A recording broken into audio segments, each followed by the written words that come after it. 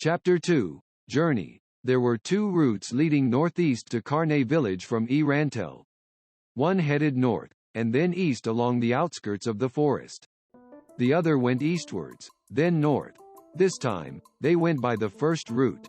Traveling along the edge of the forest meant that there would be a higher chance of encountering monsters.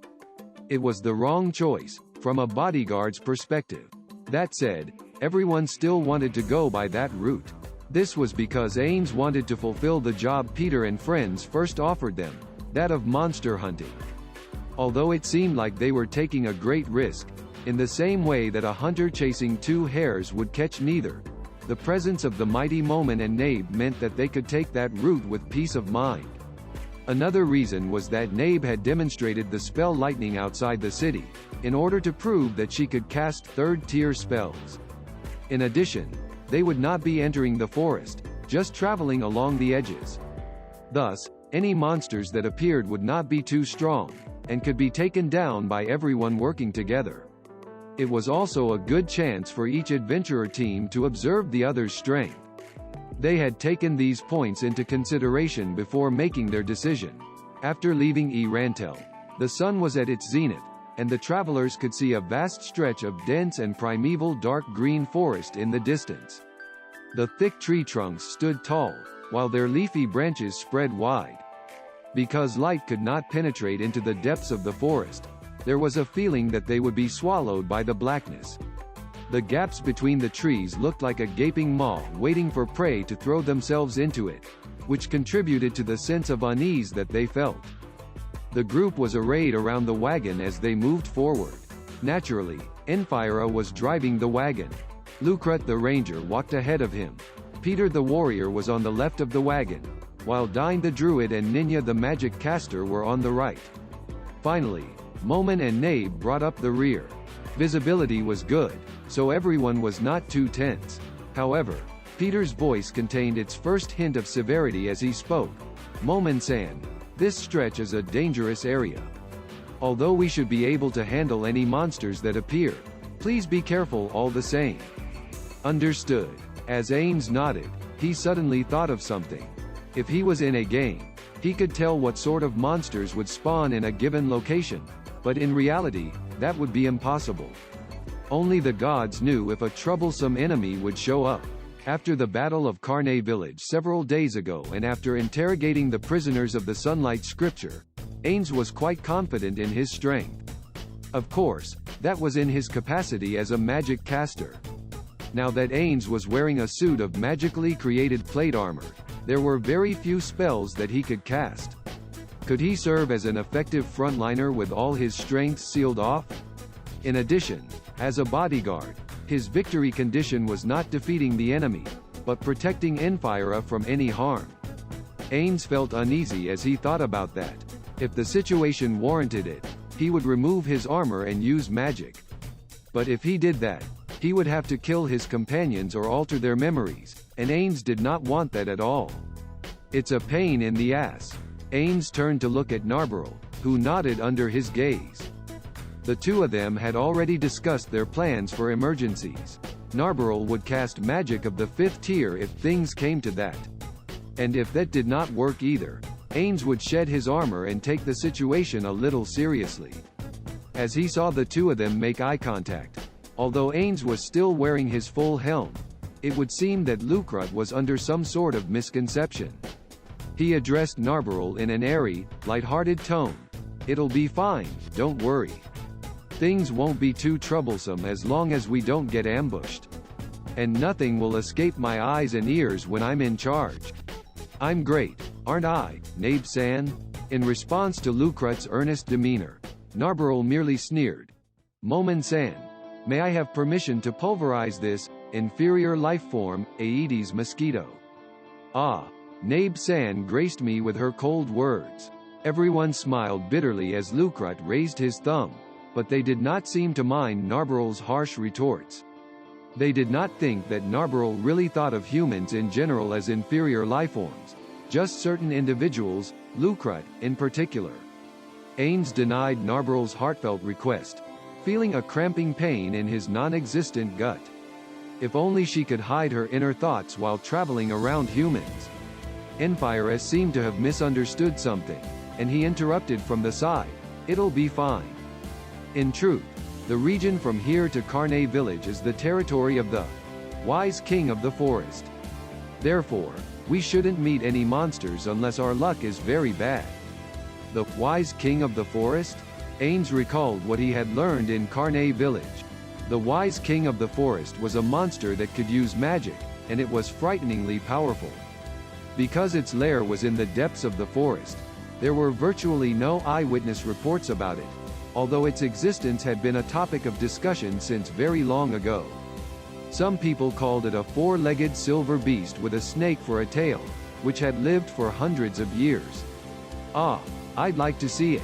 He did not know if the stories were true or false, but if it really had lived all these years, it should possess a surprising intellect. After all, it was called the wise king of the forest. If he could capture it, he should be able to strengthen Nazarick. Ainz pieced together a hazy image of what he thought the monster looked like in his mind.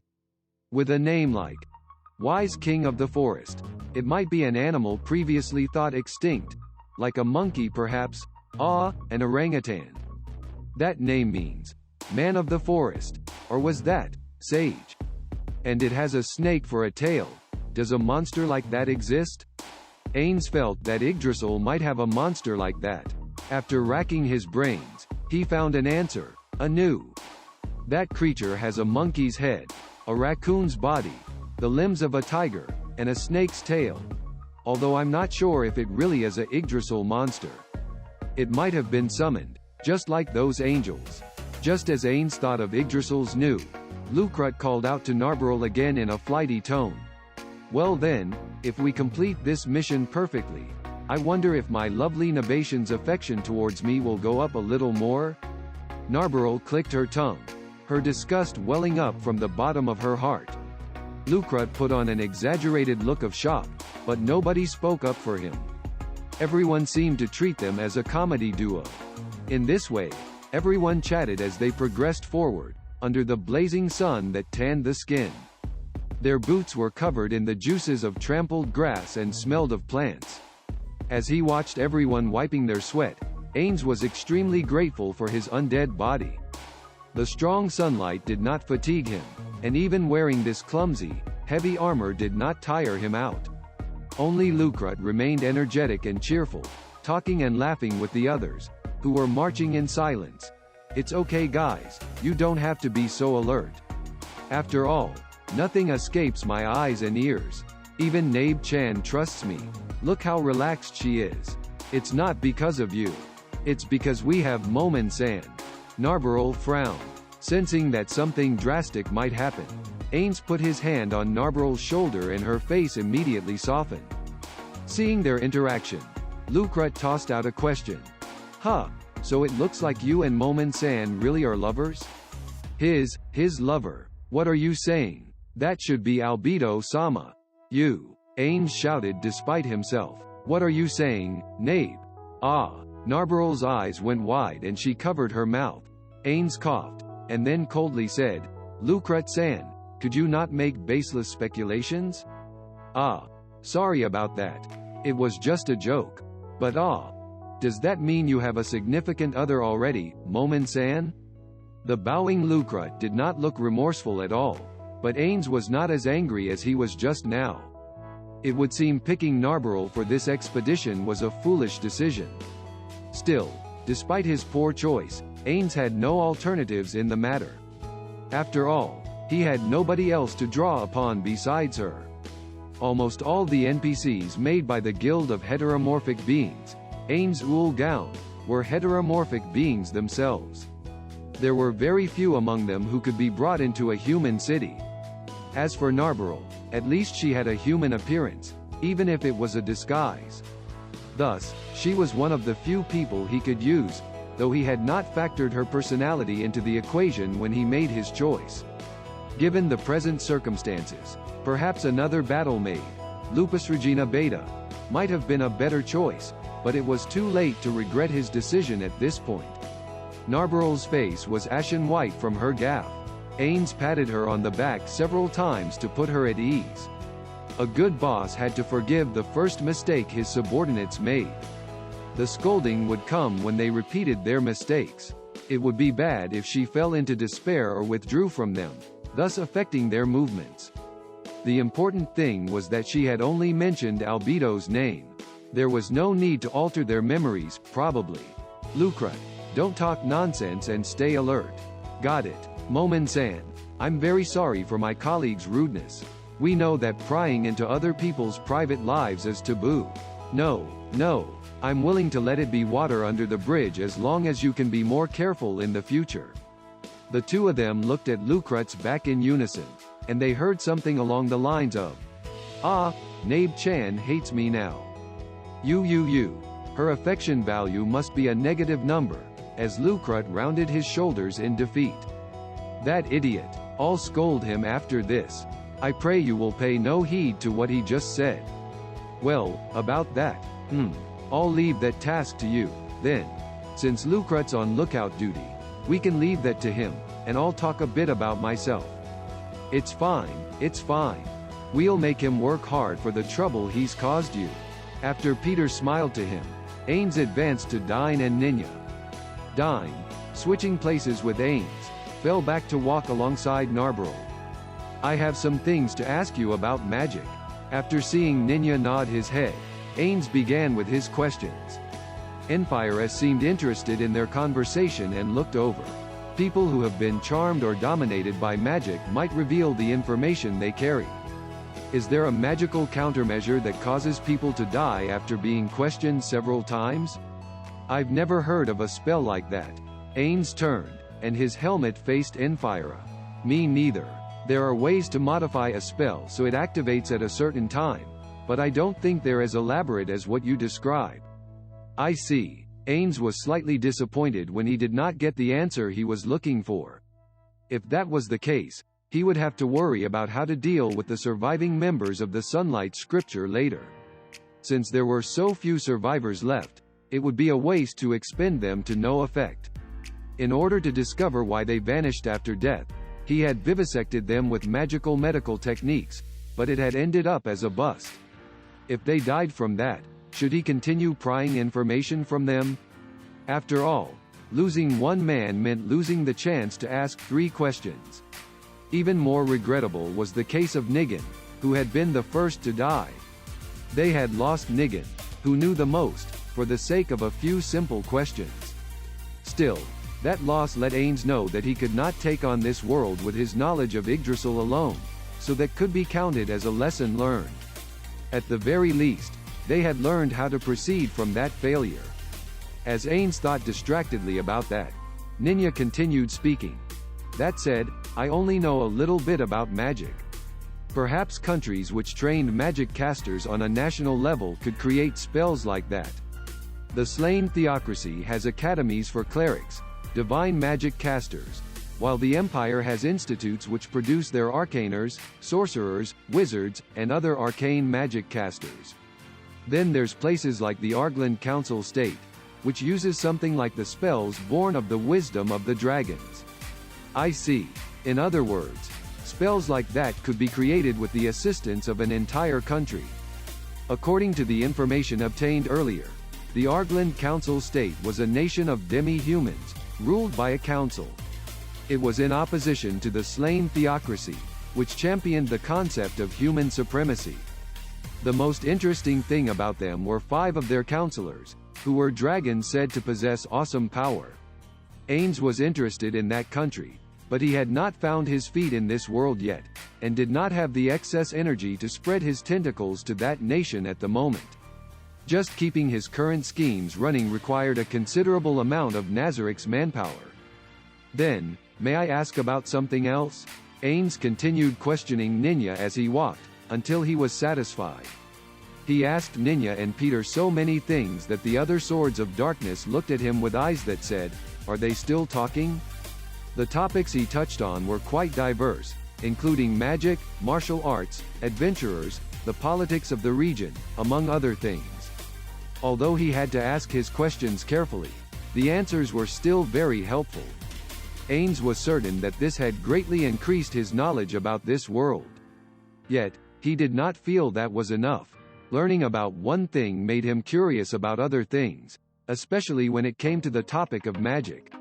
It was quite surprising what a world would become if it was based on magic. The greatest influence of that could be seen in the technological level of this world. It looked like it was in the Middle Ages, but in truth it was closer to the modern age. The reason for these advances in technology was magic. After knowing this, Ainz gave up on trying to understand the technology of this world. As a person born in a world advanced through the power of science, there was no way for him to draw parallels between what he knew and a world that had developed with the aid of magic. For instance, there were spells that produced salt, sugar, and spices, as well as spells which restored nutrients to the soil, removing the need for a fallow period in agriculture. Then, there was the fact that the sea was apparently not salty. All these facts about the world were vastly removed from what Ainz had expected from his knowledge. Ainz lost track of time in the process of carefully satisfying his curiosity.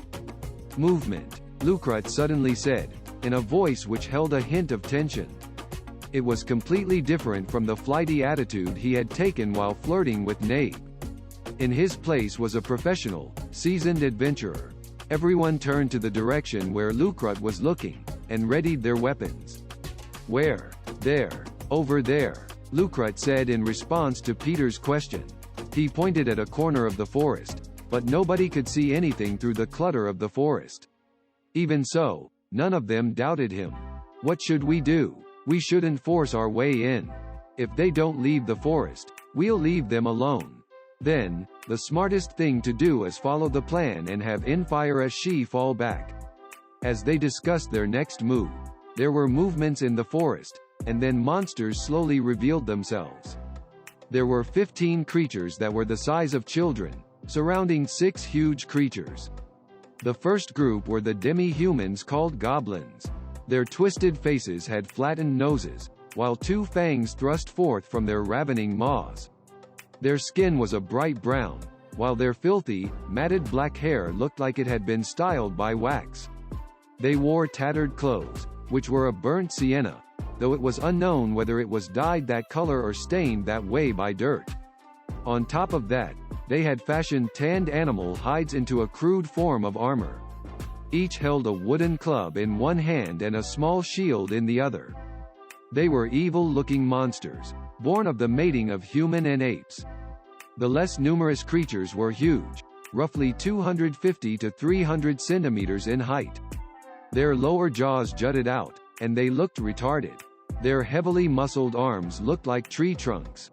Their hands nearly dragged on the ground due to their hunchbacked stance. They used logs as clubs, and wore animal skins around their waists. They reeked so much that the adventurers could smell them over the long distance separating them. Their tanned brown skin was covered in warts, while their muscular chests and bellies looked quite striking. At a glance, they looked to be very strong, and they resembled shaven, distorted chimpanzees. They were demi-humans known as ogres. Almost all of them seemed to carry tattered bags, as though for a long journey. The monsters watched the adventurers warily as they advanced onto the grassy plains. They might have been some distance away, but there was an unmistakable hostility on their ugly faces. There's quite a number of them. Looks like we can't avoid a fight. That's right. Goblins and ogres are the kind who'll attack once they outnumber their opponents.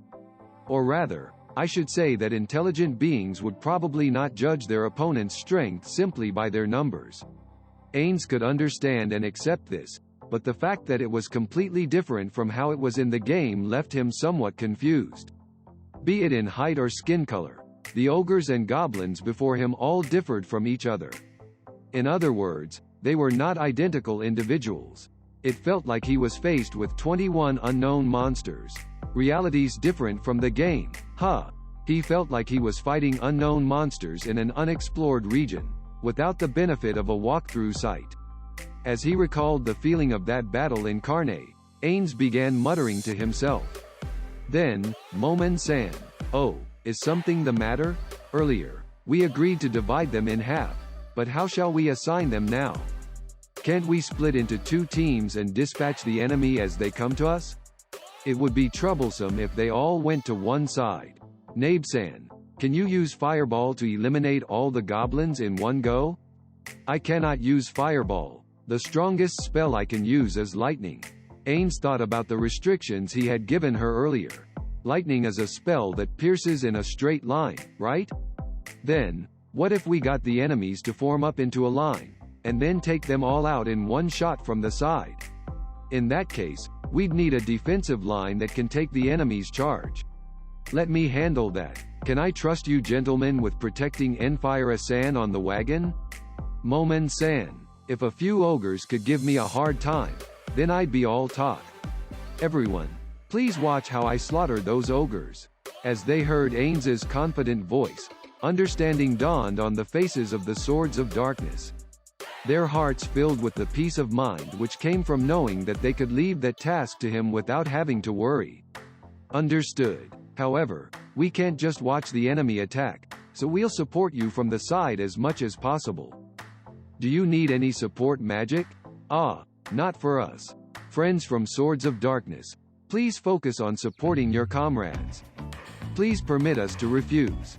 If we begin the engagement so close to the forest, there's a chance the enemy might slip past. If that's the case, shall we do the usual and lure them out first? An excellent idea. Momonshi will block the enemy's charge, but how will we deal with any fish which slip the net? I'll hold down the ogres with the martial art fortress. Dine, you'll handle the goblins. Ninya will cast a defensive spell on me, and while it may not be necessary, you should also watch out for Nabe-san's safety and use attack spells whenever possible. Lucrut, go take care of the goblins, and if any ogres make it past the defensive line, you'll have to block them too. If that happens, change your priority to wiping out the goblins, Ninya. Everyone looked to each other and nodded, showing that they understood Peter's instructions. Their combat strategy was smoothly decided, and their silent teamwork was flawless. Ainz, who was thoroughly impressed by this display, made a noise of quiet approval. He recalled Yggdrasil once more. Back then, Ainz and his comrades hunted monsters with the same repeated movements: baiting, luring, blocking, and then attacking. They could fight well as a group because they were thoroughly familiar with each other's strengths. Perhaps he was being biased, but Ainz earnestly believed that their coordination was not an easy thing to replicate. The Swords of Darkness could not possibly compare to them, though he could see something like his own teamwork in their movements. Momon-san, do you need any assistance other than magic? No, there's no need. The 2 of us will be enough. That's pretty confident. There was some unease in Peter's words. If the person responsible for holding the line fell easily, it might lead to a domino-like reaction that would end in the team breaking apart. He should have felt uneasy about that. After all, this was not a game, but a battle on which they were betting their lives. You'll see once it begins, Ainz said, terminating the conversation with a curt reply. Peter-san, we'll start once your preparations are finished. Lucrut drew the string of his composite longbow to its limits, until its limbs began creaking. With a whoosh, the bowstring sliced through the air, launching an arrow in a straight line. It struck the ground about 10 meters away from the goblins on the plain. The sudden attack made the goblins sneer at Lucrut from behind their shields. The object of their mockery was the missed arrow. Of course, the goblins could not hit a target that was over 120 meters distant either, but they seemed to have forgotten that. The vast disparity between the attack they had received and their numbers made the goblins' violent instincts swell. They shouted in unison, and charged at Lucrut with wild abandon. The somewhat slower ogres followed from behind them as well. Driven into a frenzy by their bloodlust, they did not form up into ranks, nor did they protect themselves with their shields. Their minds were a sea of white. As he verified that fact, Lucrut smiled thinly. Loose. He sent another arrow downrange when the enemy was 90 meters distant. This time, the arrow did not fall short, but pierced a goblin's cranium. The goblin at the end of the formation took a few wobbly steps before collapsing to the ground, where he died. The distance between them shrank, but there was no worry in Lucret's hand, which was holding his bow. This was because he was confident that someone would protect him, even if the enemy reached him. Reinforce armor. Ninja cast a spell from behind Lucret. Hearing his colleague's voice, Lucret knocked another arrow to his bowstring. 50 meters out, an arrow went through the head of another goblin, who collapsed and did not get back up. Ainz decided to make his move as well. Although goblins were agile, the ogres had large strides, and so their speeds were roughly the same. That said, over a charge of nearly 100 meters across a grassy plain, the ogres with their stronger legs ended up in front while the goblins lagged behind. The two groups drew away from each other and Ainz could not get too many of them in the area of his spell's effect. Still, that was enough. After, Ainz's first objective was to pin down one ogre. Twine plant. Ainz cast his spell, and vegetation moved under the feet of one of the ogres, turning into vines that tangled around its feet. Immobilized by the abnormally resilient plant life, the ogre roared in frustration. At the same time, Ainz, followed by Nazarick, strolled leisurely forward. They walked like they were taking a stroll, not standing fast against charging monsters. As the ogres running at the head of the mob approached him, Ainz reached his hands behind his back to grasp the hilts of his swords. Nazarick too reached under her cloak and brought forth her sheathed sword. Momonga brandished his great swords, tracing two great arcs in the air. The dazzling light reflecting off the blades made the swords of darkness gasp in surprise. The swords that Ainz wielded, each over 150 centimeters long, looked exceptionally ornate. They resembled works of art more than tools of war. A pair of intertwined serpents were carved into the blades. Their tips were rounded and wider across than the rest of the sword, like a pair of opened fans. The edges radiated a cold, sharp radiance. They were the weapons of a hero. Ainz was holding a pair of hero swords. As they beheld his majestic figure, swords of darkness drew a breath in unison. If what they had seen before made them gasp, what they saw now was a scene that struck them dumb. Swords got heavier the longer they were. Long swords like the ones Ainz was holding could not be wielded easily, even with weight-reducing magic. Granted, they already knew that Ainz possessed preternatural arm strength from their short time with him, but even so, they could not believe anyone could swing those great swords with such ease. However, Ainz casually whipped them through the air like a pair of sticks. Truly, it was an awe-inspiring sight. Momonga-san, what kind of a man are you? Peter breathed, as though speaking for everyone else. As a warrior himself, he immediately knew just how strong one's arms would have to be to pull off a stunt like that. His shock was because he had no idea how long Momonga had trained to reach that level of ability. Although he had always felt that Momonga was on a different level from himself, being confronted with the truth made his legs tremble uncontrollably. Even the unintelligent goblins were terrified by the sight of Ainz, their legs slowing from their mad dash as they went around him to go for Peter and the others. Only the ogres, who were too stupid to be afraid and who were supremely confident in their brawn, continued heading toward Ainz. As they closed in on him, the ogres raised their clubs. Ainz's great swords might have been huge, but the ogres, with their massive great clubs, had a longer reach than him. But just as the ogres were about to make their move, Ainz stepped forward. His movements were as swift as the wind. And then, faster than that, he swung the greatsword in his right hand. The flashing blade left a silvery afterimage in its wake as it cleaved through the air. The stroke was an astounding one. It raised goosebumps on the onlooker's skin. Even though the blade was not aimed at them, they could not help but feel that death stood by their side. It was over in a single blow. Ainz turned his gaze from the ogre in front of him, seeking another target. As though waiting for Ainz to look away, the upper body of the ogre slid off and fell wetly to the ground, leaving its motionless lower body still standing. Yet, the spray of blood and organs and the vile stench that hung in the air proved that this was not an illusion. The ogre had been cut diagonally in half. The battle was still on, but both sides were motionless. They were staring at this awesome sight. It was slain in a single blow. Not even an ogre's mighty physique could save it from the fate of being cut in two. Amazing. Someone muttered those words, which carried clearly across the silent battlefield. Absolutely incredible. This is beyond mithril or orichalcum. No, could he be adamantite? Cleaving a foe into two parts. This was not an impossible feat of arms. A rare few exponents of swordsmanship, or those bearing powerful magic weapons, might be able to do it. However, it was common sense that one could not use one's full strength when wielding a two-handed greatsword with one hand. After all, two-handed weapons were, as the name implied, intended to be wielded with both hands, using the weight of the weapon and the leverage of its length to do damage. They were not intended to be wielded by arm strength alone.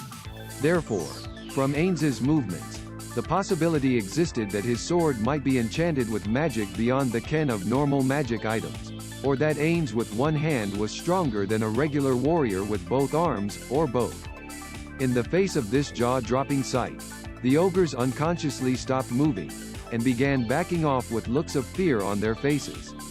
Ainz strode forth, shrinking the distance between himself and the ogres.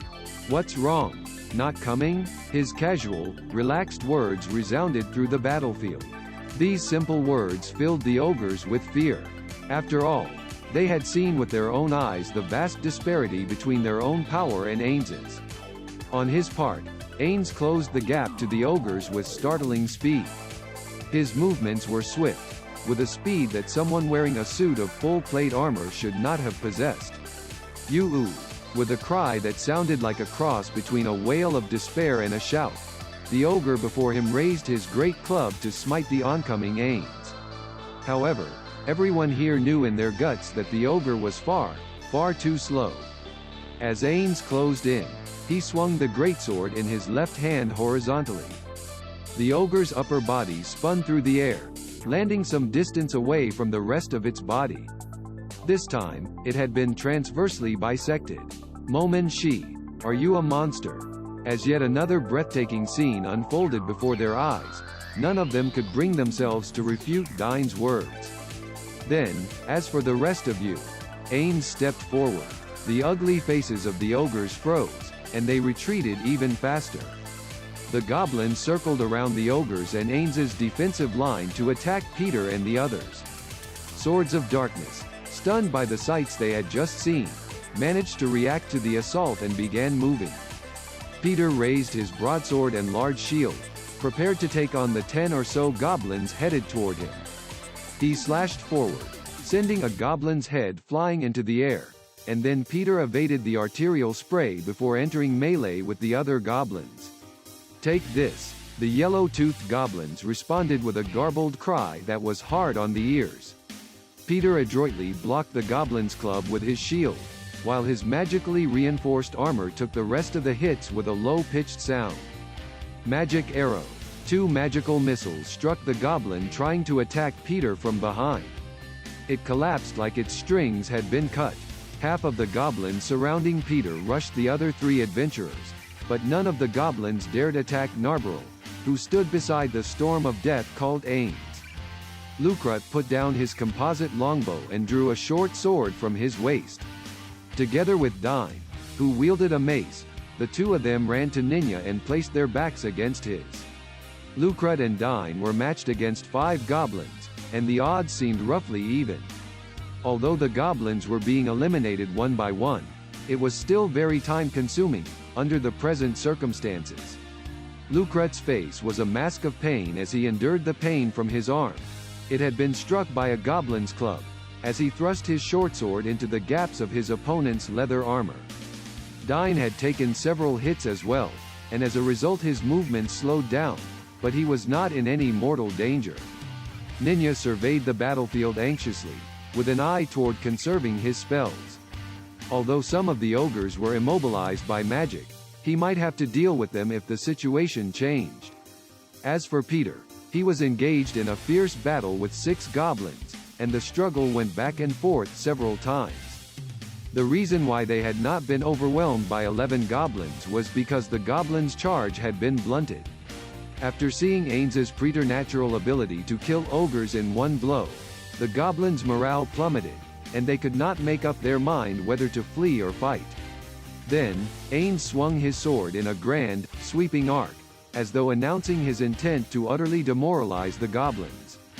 As the sound of the displaced air swept into everyone's ears, they could hear the sound of a heavy weight hitting the ground. It was soon followed by 2 more such sounds. Just as everyone had expected, the number of ogre corpses steadily increased. There were 2 more ogres struggling to hold on to life. One of them was pinned down by the grass, while the other was quaking in fear before Ainz. Ainz's helmet turned to face the last ogre who was still opposing him. The ogre seemed to sense Ainz's expression through the slits of his closed helm, because it made a strange cry before turning to flee, discarding its great club as it ran for the forest. It was moving faster than when it charged, but there was no escape for it. "Knave, do it!" As the merciless order rang through the air, Narbarel, who had been standing by behind Ainz, nodded slightly. Lightning. The electrical discharge thundered through the air as it leapt forth, and the stroke of lightning cleanly pierced the fleeing ogre's body. It even went through the ogre behind it, the one which had been entangled by Dine's spell. That single spell finished off 2 ogres. "Run! Run away! Run away!" The goblins, who had watched this scene in stunned silence, began fleeing as they screamed in terror. However, Peter was too fast for them, and the demoralized goblins were no threat to him. The adventurers felled the goblins 2 and 3 at a time. In addition, Ninya, no longer bound to conserve mana, began throwing attack spells into the fray. In the blink of an eye, the goblins had been crushed, with no survivors.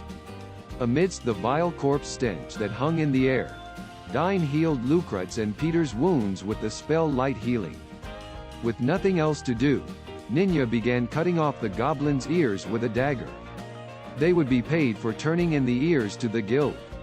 Of course, adventurers did not claim their bounty with monsters' ears alone. Rather, they submitted different body parts as appropriate for different types of monsters. However, goblins and ogres were demi-humans, so for the most part, ears were used in their case. Ninya cut the ears off with practiced ease, and then he noticed that Ainz and Narbarel were looking around the place where most of the ogres had died.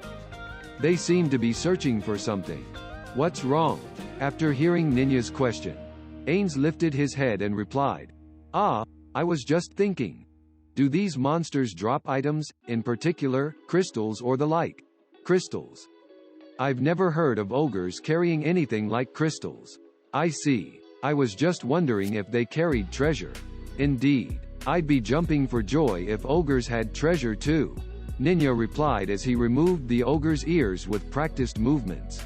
"Still, you're amazing, Momon-san. I knew you were a warrior who was proud of his abilities, but I didn't think you'd be that amazing." As they heard Ninya's words, the other 3 adventurers, who had finished with their healing magic, told Ainz, "That was great. I'm in awe of you, as a fellow warrior. How did you train up your arms like that? I thought you were quite wealthy from the way you were accompanied by Nabe-chan. But what kind of swords are those? I've never seen such valuable-looking swords before. I know now that what you said at the guild was not a bluff. Truly, you're on par with the kingdom's mightiest warrior." Narbarel held her nose high as she watched from the side. However, Ainz was frantically waving his hands about. "Oh, there's no need to say that. It was nothing much." "Nothing much," Peter and friends smiled bitterly. "After that battle, I finally understand what they mean by, always someone better. I'm sure you'll all be able to surpass me with ease."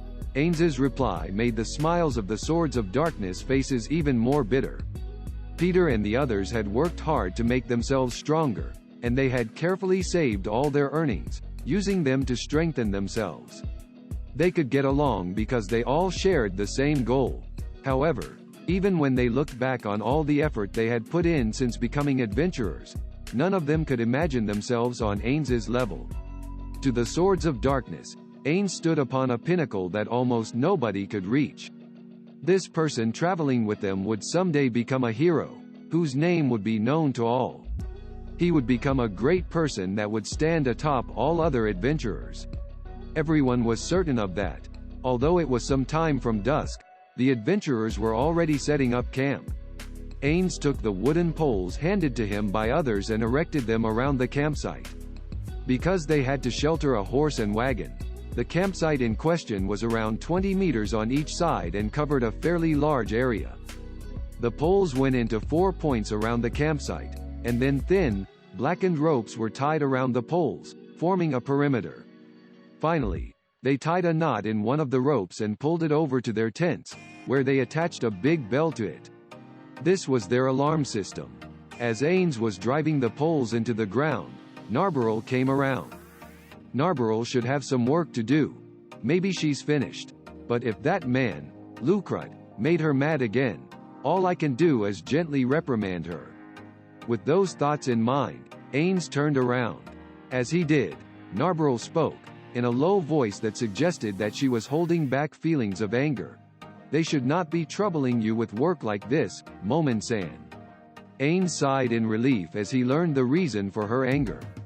He looked around, and then quietly replied, "Everyone's working together to pitch camp. It would be odd if I was the only one not doing anything, no? Have they not seen your extraordinary fighting skill? People should do what they are suited for, so this sort of work should be left to weaklings like them. Don't say that. Listen. We need to establish ourselves as powerful individuals, but we mustn't project an image of arrogance while we do it. You need to check yourself a little too." Narbarrel nodded to show that she understood, but her displeasure was evident on her face. She was only going along with this because it was an express order from Ainz himself. He could tell that her loyalty was enough to overcome her unhappiness. On the other hand, the thought that this might cause a slip-up at an inopportune time made Ainz feel uneasy. The truth was that Ainz was having a lot of fun with these outdoor activities. After all, this was something he could not experience in the virtual world of Yggdrasil, let alone real life, and thus it was filled with novelty. Although the whole thing had taken too much time, it also reminded Ainz of the adventures he had exploring unknown places in Yggdrasil. If I was the only one who came to this new world, without the whole of Nazarick with me, I'd probably have gone traveling without a second thought. The undead did not need to eat, drink, or breathe. That being the case, they could climb high mountains with their own 2 legs, or walk into the ocean depths. He would have enjoyed himself by witnessing the unknown vistas of the world. However, now that his comrades' treasures, his loyal subordinates, were here, Ainz felt that he should repay their loyalty by ruling Nazarick well. Ainz cast his thoughts aside and calmly returned to his work. After hammering the 4 wooden poles into the ground, he tied the rope around them and then raised the tent over it. "Thanks for your hard work. Think nothing of it." Lucrut was inside the tent, and he thanked Ainz without looking at him. It was kind of rude, but it was not as though he was slacking off either. He had been digging a hole for a stove since just now. The magic caster, Ninya, was pacing about the surroundings, incanting a spell as he went. This was an alarm spell, and as the name suggested, it was a spell of warning that would trigger if anything trespassed on their camp. Though it had a small area of effect, it was still useful just in case. This spell, which did not exist in Yggdrasil, made Ainz narrow his eyes. Although he had handed the task of learning about unknown magic to other people, as a magic caster, he still felt the desire to know about spells he had never seen before. The magic Ninya used was a spell of the arcane type, like the kind that Ainz could cast. In addition, it looked very similar to a Yggdrasil spell. Ainz had used a racial skill called Dark Wisdom to perform a rite which increased the number of spells he knew. Could I learn spells that weren't in Yggdrasil by making a live sacrifice? Or is there another way? There are so many things I know nothing about. As Ninya realized Ainz was staring at himself, he smiled and drew closer to Ainz. "Ah, there's no need to watch me so intently. It must be pretty boring, right? Well, I'm curious about magic, and I'm interested in what you're doing, Ninja-san. No way. I'm probably far below Nabe-san, aren't I? It's because you know spells that Nabe doesn't. Narbarol nodded slightly. But Ainz noticed from the corner of his eye that the look on her face was more of jealousy than regret. I'd like to cast spells like you, Ninja-san. You're greedy, Momon-san. To think you'd want spellcasting ability even though your swordsmanship is so amazing. No. I should say that you're being an adventurer, right? Magic doesn't seem like the sort of thing you can learn in 1 or 2 days. Well, you need to connect to the world, but only people with the appropriate talent can do it. If not, you'll need to take a long time to experience it. Those words came from Lucra, who had cut in without turning to look from where he was setting up the campfire. Ninja's face turned serious. Momon-san, I think you have that talent. You're different from other people. Kind of like you're not human at all. Ainz's non-existent heart seemed to lurch in his chest. Ainz wondered if Ninja had sensed that he was undead. Although he had already veiled himself in illusions and counter-detection spells, Ninja might have seen through Ainz with an unknown spell or some other special ability. Therefore, Ainz asked Ninja, "Is that so? I feel that I am strong, but not inhumanly so. You've seen my face as well, so wouldn't you think that as well? I'm not talking about appearances. It's just that after seeing you fight, you're clearly beyond the realm of humanity.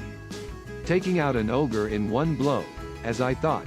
A real man gets by on strength, not looks. And you've got a beauty like Nabe-san with you." Upon closer consideration, Lucret seemed to be saying that the illusionary face which Ainz showed them was an ugly one. However, when he thought about the looks of everyone he had met so far, Ainz could only sit down and accept his opinion. There's too many handsome men and beautiful women in this world. Even the passers-by look attractive. After coming here, I've got a worse opinion of my own looks. Appearances aside, Lucret has a point. A hero is someone who surpasses the realm of human possibility. I get that feeling from you too. No, that's too much. I wouldn't dare claim to be any sort of hero, even if it was to be polite. As Ainz feigned embarrassment while answering Ninja, he resisted the urge to sigh in relief. If it's convenient for you, would you like to meet my master? Master's talent lies in detecting an individual's magical power. If you were born with magical potential, Master should be able to sense it. When it comes to arcane magic casters, Master can even differentiate between them by the tiers of magic which they can cast. I've been meaning to ask for a while, is that talent the same as the one possessed by the Empire's head magician? Yes, it's the same talent. Ainz could not let information like this slip through his hands. He had to continue asking about it. What is this ability like?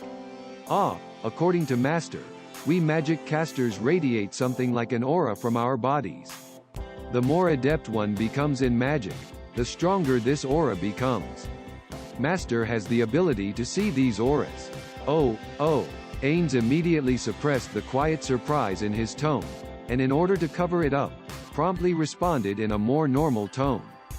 This was how Master gathered up talented children and trained them in magic. I was recruited by Master in that way. Ninja continued. Ainz nodded and cursed silently in his heart. So there are people with abilities like that. This could be troublesome. Then, if I wanted to learn how to cast spells, where should I begin? For starters, you'd need a proper teacher. And how about becoming your disciple, Ninja-san? You should probably find someone more skilled than myself. However, schools in the kingdom are very exclusive and people without connections can't join the guilds that handle magic. Even if you could join, most of the recruits would be immature kids. It would be very difficult for someone of your age to get in without some kind of special networking, Momon-san. On that note, the Empire has a full-fledged magical academy, and the theocracy has a very high standard of magical education as well, though that's for divine magic. I see. So if I entered the Empire's magical academy, I could learn magic? That would be pretty difficult. The academy is an educational institution run by the government, so I think you'd have to be a citizen of the Empire to study there. Is that so? And as for becoming my disciple, though I apologize for it, I must refuse. I have something I want to do, and I don't have the free time to train people. Ninya's face went grim. There were hints of hostility amidst the negative emotion there. Maybe I shouldn't pry too deeply. There's no merit to doing so. Just as Ainz came to that conclusion, Lucrut interrupted his train of thought with casual words. Oi, sorry to interrupt your conversation, but dinner's ready. Do you mind calling those 3 back here? Let me go. Momon-san. Nabe-chan, you're going off? Why not stay with me and make a dinner filled with love? Die. Inferior being, centipede. Unless you want me to pour boiling oil down your throat so you can't utter such nonsense again? Enough. Nabe. Let's go together. Yes. Understood. After thanking Ninya, Ainz approached the 2 people working quietly on the ground, a short distance from the tent. Peter and Dine were focused on caring for their weapons. They oiled them to prevent rust from building up, inspected them carefully to see if they were bent, and so on. There were fresh dents on their armor, and cracks on their swords from where they had clashed with the goblins' weapons. Naturally, these defects had to be remedied as soon as possible, and the 2 of them were so focused that Ainz did not know whether he should call out to them. After telling them that dinner was ready, he informed Enfira about the matter at the place where the wagon was tied up, a short distance away. The sun touched the horizon, and the group had their dinner against the ruby radiance of its dying light. In their hands, they held bowls of thick stew flavored with bacon bits, as well as toasted bread, dried figs, walnuts, and other nuts. This was today's dinner. Ainz looked at the bowl of stew in his hands. It appeared to be very salty. He could not feel the heat of the bowl through his metal gauntlets, but judging from the way everyone else was digging into it with big mouthfuls and not blowing on it to cool it down, it should have been just the right temperature. Now then, what shall I do? Ainz was undead, and he could not eat with this body of his. In addition, he had disguised his appearance with an illusion. If he tried to drink soup with his skeletal mouth and body, it would probably spill out right away. He could not let the others see that, no matter what. This was unknown food and drink from an unknown world. Though the dishes before him were plain fare, Ainz felt that it was a shame to not be able to enjoy them. Though he no longer had a need or desire to eat, he was unhappy with the fact that he could not consume the delicious-looking food that piqued his curiosity. For the first time since he had come to this world, he regretted this undead body of his. Is there something you're scared of eating? Lucrut asked as he noted that Ainz had not touched his food. No, it's just a personal matter. Is that so? Then you don't need to force yourself, right? Although, we're eating now, so could you take off your helmet? It's a religious reason. I can't eat with more than 4 people on a day when I take life. Oh, that's an unusual faith you follow, Momon-shi. Still, the world is large, and religions like that aren't particularly strange.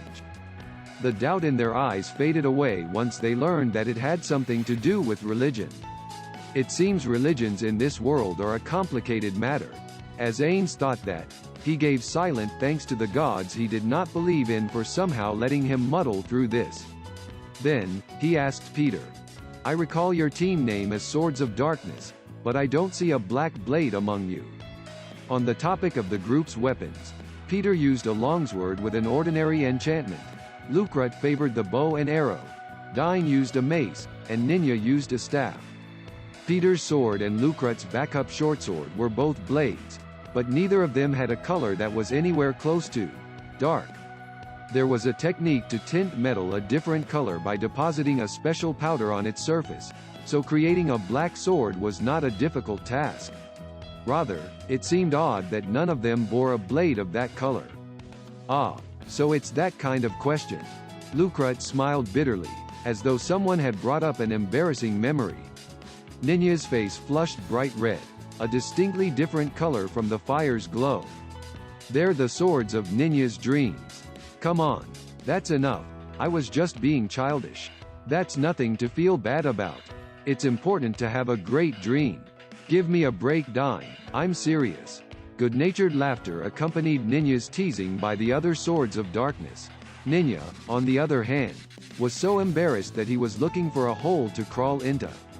It would seem the name Swords of Darkness contained a secret that only its members knew. Well, the name, Swords of Darkness, refers to the swords borne by one of the 13 heroes. The smiling Peter stopped there, seemingly unwilling to go any further. Even if he says that, I'm not sure what's going on. Still, I know that the 13 heroes were the superheroes who destroyed the demon gods, who were rampaging across the world 200 years ago. If I'm ignorant about these heroes and their gear, would it be embarrassing? Or should I just say that I know? Just as Ainz was agonizing over this issue, Narberl cut in from a side. What are they? Wonderful. Ainz struck a victory pose in his heart, but surprise crossed the faces of the members of Swords of Darkness. Just about anyone would be shocked that someone knew nothing about the magic weapons for which the team was named. Nabe-chan, you didn't know? Well, it's not as though it's unforgivable. He was one of the 13 heroes, but because people thought he had demonic ancestry, he ended up being more of an anti-hero instead. Therefore, his origins were covered up in the saga of the 13 heroes, though I've heard that he was a very powerful person. The Swords of Darkness belonged to the man known as Black Knight. It was one of the 4 swords he possessed. There was the demonic blade Kalinirum, which could emit dark energy, the blade of Rot, Crocdabble, which inflicted wounds that would not heal, the fatal blade Sphees, which could kill with the merest scratch, as well as the evil blade Humulus, whose powers are unknown. Oh, everyone smiled bitterly at Narberl's unenthusiastic reply. However, Ainz tilted his head in pensive musing. Those abilities seemed familiar. After careful thought, the image of a vampire appeared in his mind. Those special abilities were similar to the skills possessed by Shaltir Bloodfallen, who had levels in the Cursed Knight class. Cursed Knights had the backstory of being corrupted cleric knights who had been cursed, and they were considered to be a very strong class in Yggdrasil. However, they had a lot of drawbacks, so they were not very popular. Among the skills Cursed Knights could learn was the ability to release waves of darkness, inflict cursed wounds which could not be healed by low-level healing spells, instant death curses, and so on. Ainz narrowed his illusory eyes under his helmet. This was not a coincidence. While the Swords of Darkness might be weapons with powers similar to those of a Cursed Knight, it was more likely that the hero himself was a Cursed Knight. If that were the case, when one considered the prerequisites to become a Cursed Knight, it was certain that this Black Knight was at least level 60. No, if one considered that he had to actually learn all those skills as well, he would have to be at least level 70. It would seem the demon gods were evenly matched against heroes like that, so it was a reasonable hypothesis that their levels were roughly the same. However, Nigan of the Sunlight Scripture said that the Dominion authority which he summoned could defeat a demon god, so it would seem that the demon gods and the heroes were not on the same level. After comparing this new information with what he already knew, it seemed logical that the demon gods were not all equally powerful. However, the only way to know for sure would be to meet that hero or obtain that sword.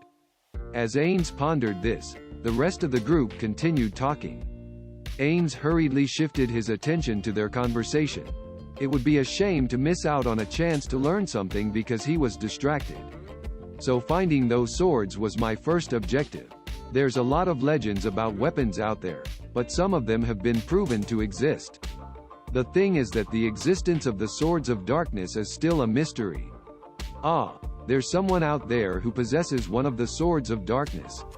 After Enfira calmly dropped that bombshell, the Swords of Darkness turned on him. Who's that? Yuwa, really? So that means there's only 3 left. Oh, that means we won't be able to distribute them evenly to everyone now. Enfira gingerly replied. About that. The person who owns that sword is the leader of the adventuring party called Blue Rose. Gay, adamantite, you say? Adventurers like that? Then it can't be helped. That's true. Still, there's 3 of them left. Let's work hard so we can be strong enough to take them into possession. Indeed, since one of them is the real deal, That means that the other 3 exist as well. I hope these swords are hidden in a place that nobody's discovered until us. Ninja, you'd best write it down in your diary so you don't forget. I know, I'll write it down for sure. However, the stuff in there is personal, so shouldn't you memorize it instead? It's better to have a hard copy. Is that the problem, Dine? Still, we have that. What is that? This, Momon-san. Peter took a dagger with 4 jewels embedded into its scabbard. It had a black blade. Before we discovered the real thing, I planned to use this as the party's symbol. Still, Blade of Darkness would work just as well as Swords of Darkness, right? Come to think of it, it's not as though it's a fake. It'll make the perfect symbol of our group. Ooh, Lucret's making sense for once. The adventurers laughed, radiating an air of camaraderie. Ainz was affected by this as well, and smiled in response. They probably felt the same way about that dagger as Ainz did about the staff which represented the guild. The dinner conversation continued, and Swords of Darkness, having the advantage of numbers, tossed questions out at Ainz, Narberl, and Enfira.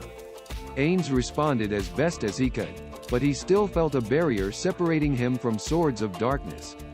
This was because Ainz lacked knowledge about this world, and he could not engage too fully lest his ignorance be revealed. Thus, Ainz kept quiet about things he did not know, which in turn led to him drawing even further away from the adventurers in a vicious cycle. Though the adventurers tried to chat up Narberl, all she did was respond with the verbal equivalent of a home run, leaving them with no way to respond. Eventually, they slowly stopped trying to speak to her. Enfira, on the other hand, was handling this quite well. As a native of this world, he got along better with the others than Ainz. He was observant and could follow the adventurers' discussion well. It's nothing. I had friends like these once. These childish thoughts, almost like a tantrum, ran through Ainz's head as he watched the others chatting happily in the campfire's light. They seemed very close to each other, but that was only to be expected of a group of comrades who trod the edge of life and death in each other's company. Enfira had a look of envy on his face as he looked upon them. Ainz recalled his friends from the past, and under his helmet, he quietly ground his teeth in jealousy. Once, he had been like them. Well, you seem like a chummy bunch. Are all adventurers like that? I should think so. After all, adventurers are colleagues who face death together. It'd be dangerous if they didn't understand each other and what they planned to do. So somewhere along the way, adventurers end up being quite close to each other. Indeed. After all, we don't have any women in our team. I heard that parties with women tend to have a lot of arguments. Yeah, with an indecipherable smile, Ninja continued. And if there were, Lucret would be the first to raise questions. After all, our group has a very clear objective, right? Peter and the others nodded in unison. Just like that, it feels completely different when everyone is of one mind. Momon-san, were you in an adventuring party before? Ainz did not know how to answer Enfira's question, but right now, he had no need to make up some strange excuse to cover it up. We probably didn't count as adventurers. He could not help but take a somber tone as he thought about his past friends. After all, he still had emotions, even though his body was undead, and his friends were the people that Ainz treasured most. Sensing Ainz's difficulty in answering, nobody pursued the matter, and silence fell upon the group. Amidst this quiet, so deep and so total that it felt like they were the only people in the world, Ainz unconsciously raised his head and looked into the star-studded night sky. When I was still a weakling, a paladin of pure white with sword and shield in hand saved me. Through him, I met 4 more comrades. And so, we formed a team that numbered 6 people, including myself. In addition, after that, we met 3 more weak people like ourselves, and we ended up as a team of 9 people. Oh, someone exclaimed quietly, amidst the crackling of the campfire. However, Ainz was not bothered, and he continued recounting the story of the original 9 members of what would become Ainz Ooal Gown. They were all excellent companions. A paladin, a swordmaster, a priest, and a sass. a thief, a two-sword nin, a two-sword thief, a sorcerer, a chef, a blacksmith. They were all irreplaceable friends. We had countless adventures together, and even now, I still haven't been able to forget those days. Through them, he had learned the meaning of friendship. He once thought he would have been ignored in Yggdrasil, like in the real world.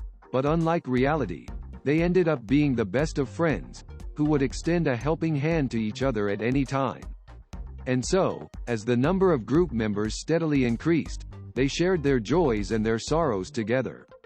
Therefore, the guild called Ainz Ooal Gown was a treasure to Ainz.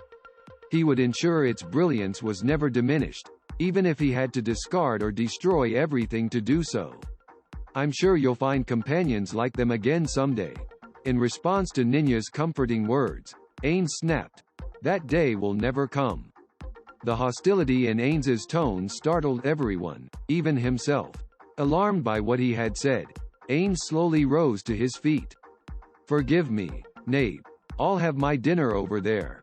Then I shall go too. Really, well, if it's a religious matter, then it can't be helped." There was a hint of regret in Peter's voice, but he did not insist on their staying. Although Ainz noticed the depressed look on Ninya's face, Ainz did not intend to say anything more to him. Perhaps a simple, "I'm not bothered by it," would have sufficed. The two of them had their dinner in the corner of the roped-off campsite area. The ones who stayed behind discussed the pair which had left.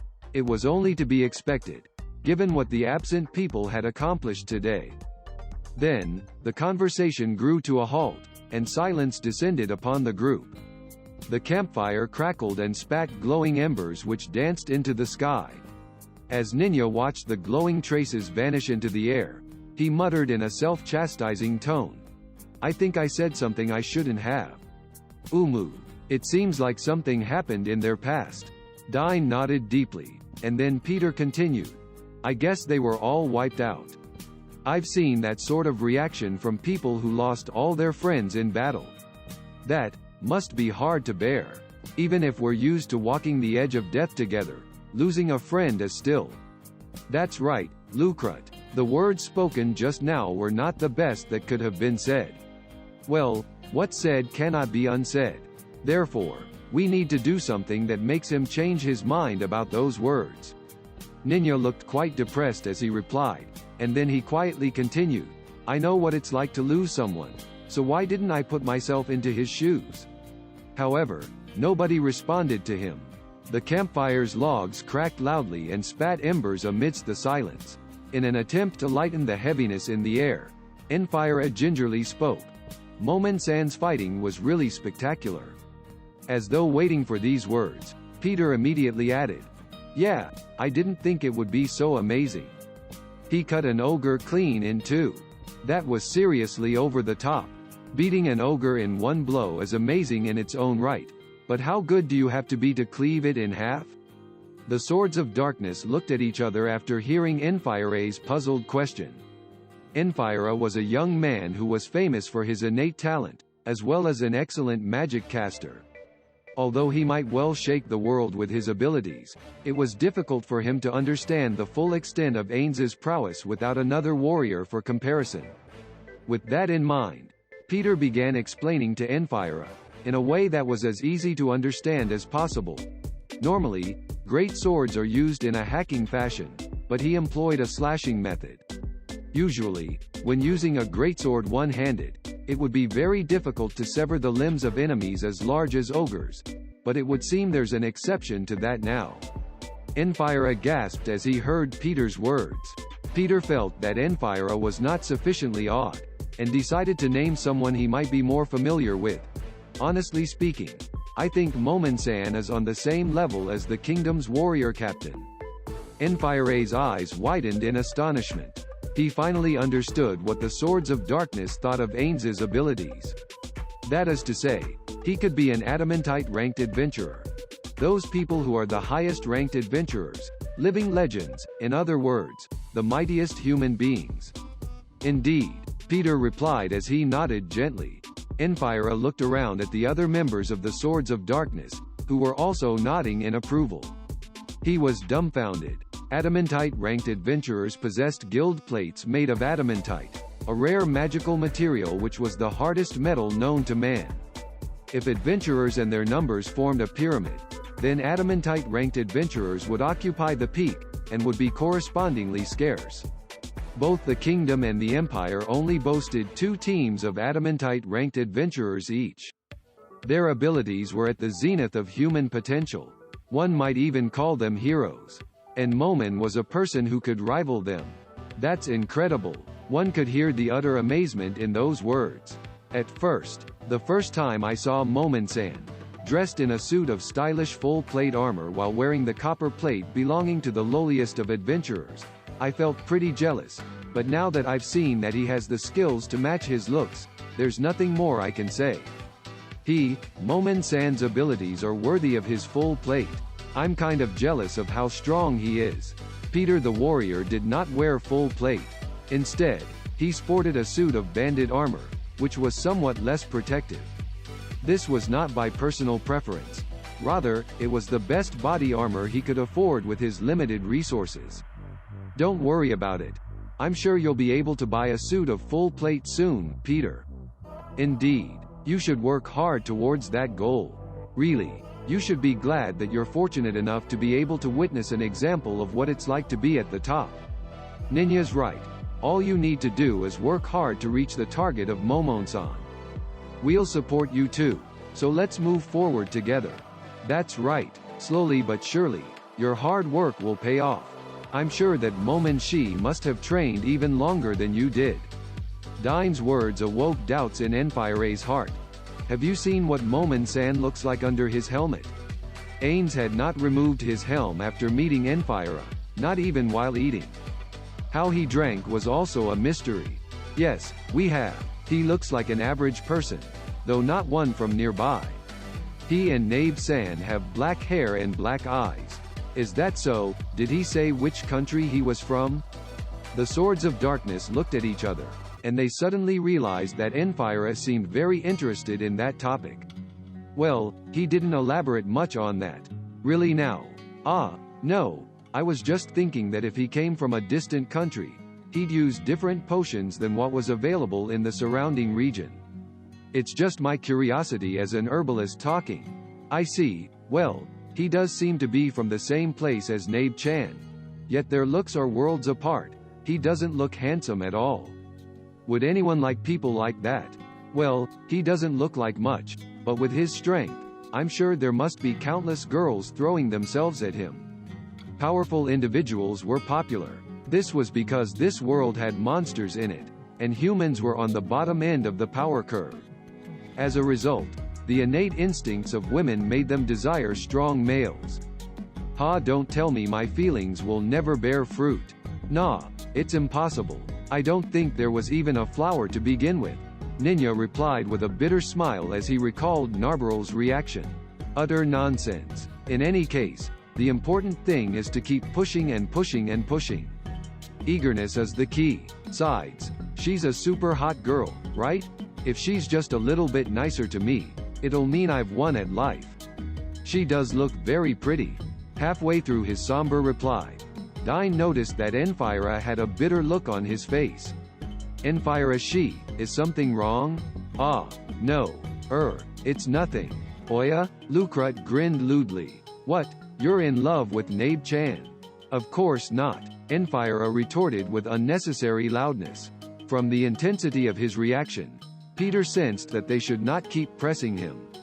Instead, he said, Lucrut, you're being rude. Think before you talk. Enfire looked uncomfortable, and he was not sure how to respond to Lucrut's sincere apology. No, it's not like that. Well, I'm just a little uneasy.